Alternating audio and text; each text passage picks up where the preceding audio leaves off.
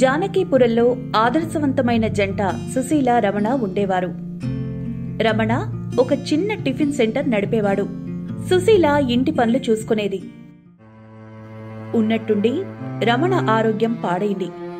వైద్య సహాయం తీసుకుంటున్నా ఆరోగ్యం కుదుట పడ్డలేదు. భార్యాభర్త ఇద్దరూ ఆందోళన పడ్డారు. నా ఆరోగ్యం ఎప్పుడు కుదుట పడుతుందో ఏమీ అర్థం కావడం లేదు. పొదుపు చేసిన డబ్బు ఖర్చు అయిపోతుంది. పైగా నా మందుల ఖర్చు కూడా పెరిగిపోతుంది.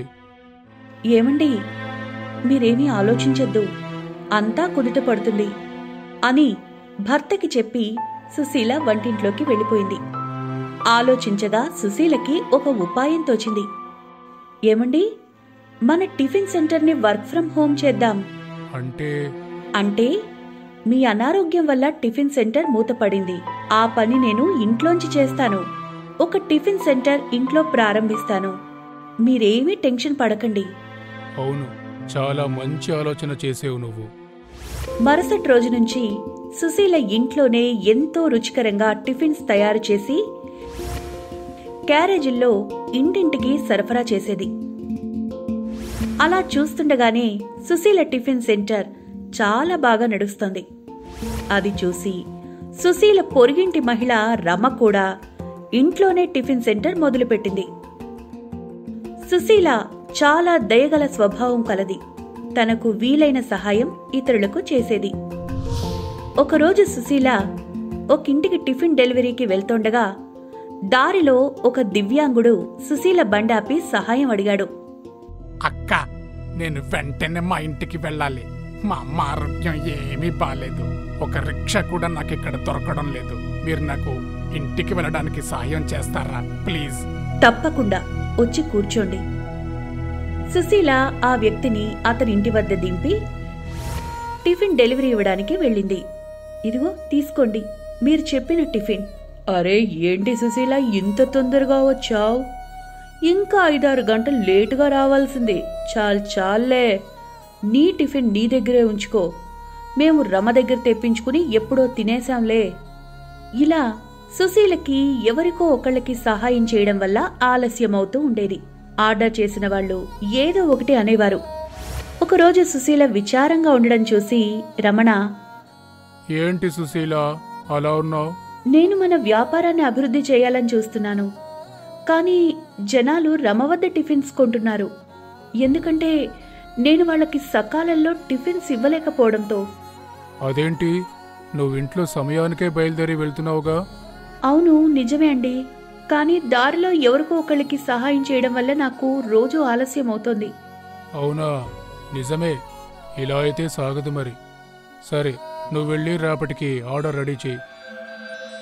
మరుసటి రోజు కూడా సుశీల టిఫిన్ ఇవ్వడానికి బయలుదేరింది.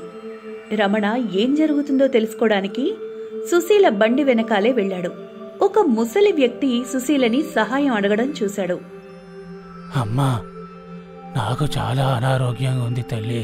నేను వెంటనే హాస్పిటల్కి వెళ్ళాలి. నాకు కొంచెం సహాయం చేయవా? నీకు పుణ్యం ఉంటుంది అమ్మా. అయ్యో అలానా, సరే పదండి, మిమ్మల్ని హాస్పిటల్ దగ్గర దింపుతాను. సుశీల ఆ ముసలాన్ని హాస్పిటల్ దగ్గర దింపి వెళ్ళిపోయింది.